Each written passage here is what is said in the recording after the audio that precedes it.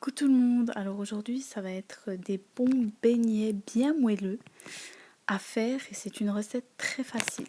Donc pour cela, alors il nous faudra 600 g de farine, il nous faudra 7 g de levure sèche, il nous faudra 65 g de sucre semoule, 60 g d'huile végétale, 60 g de beurre qu'on aura fondu, 375 g de lait tiède, 2 œufs. Il nous faudra n'importe pièce pour pouvoir faire nos beignets. Donc un cul de poule et puis une petite carafe ou un grand verre pour qu'on puisse faire. On va faire notre premier mélange et on va le laisser bien travailler pendant 7 à 10 minutes. Donc on va mettre notre miel. Dans notre lait tiède, on ajoute notre levure sèche. Et on y ajoute une cuillère à café de sucre semoule. Donc on mélange le tout. Maintenant on va passer au reste des ingrédients. Donc on met nos 2 œufs dans notre cul de poule. On ajoute notre huile. Hop. On ajoute notre beurre fondu.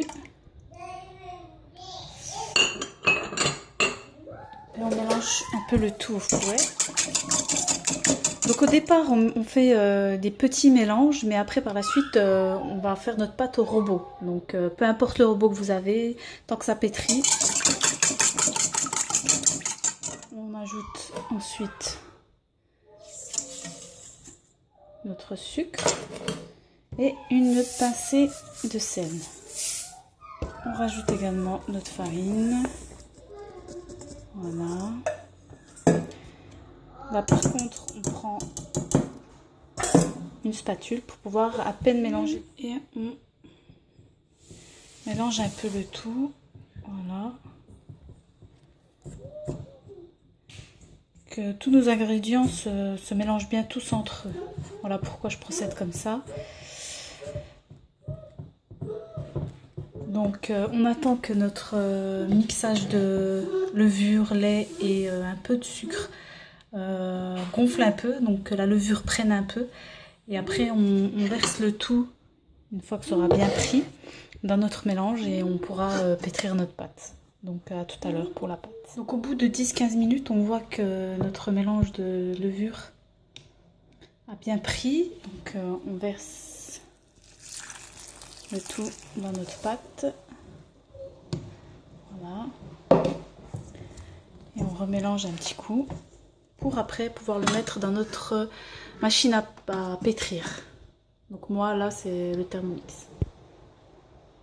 Donc pour ceux qui ont le Thermomix, donc on va faire pétrir notre pâte pendant 5 minutes, voire 5 à 6 minutes comme vous le souhaitez. Donc on le met en mode pétrin.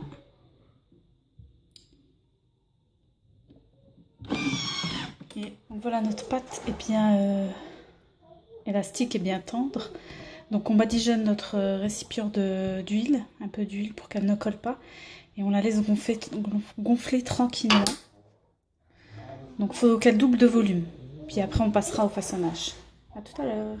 Comme on peut voir, on a une magnifique pâte qui a bien gonflé. Donc on badigeonne notre plan de travail de farine.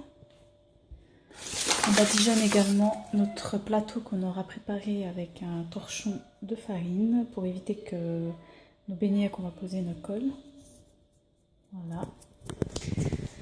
Et c'est parti pour l'élaboration de nos beignets. Donc on a étalé notre pâte. Donc on laisse un bon gros centimètre. Donc on peut voir quand même que c'est un bon gros centimètre. Voilà. Donc après on n'a plus qu'à couper nos petits beignets avec un emporte-pièce. Voilà, tout simplement. Et à les disposer tout doucement sur notre plateau. Et on les laisse gonfler le temps qu'il faudra. Donc il faut vraiment les laisser gonfler.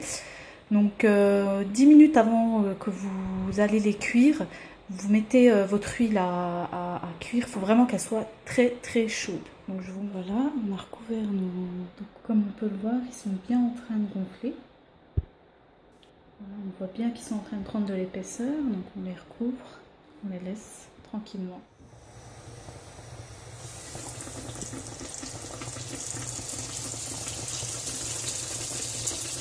Ça va très vite hein, au niveau de la cuisson, donc il faut vraiment être sur les beignets tout le long de la cuisson.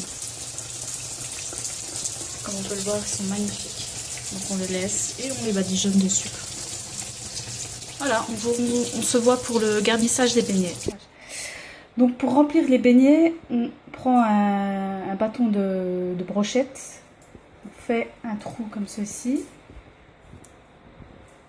Donc après on remplit notre poche à douille de confiture ou de Nutella, c'est selon le goût de chacun.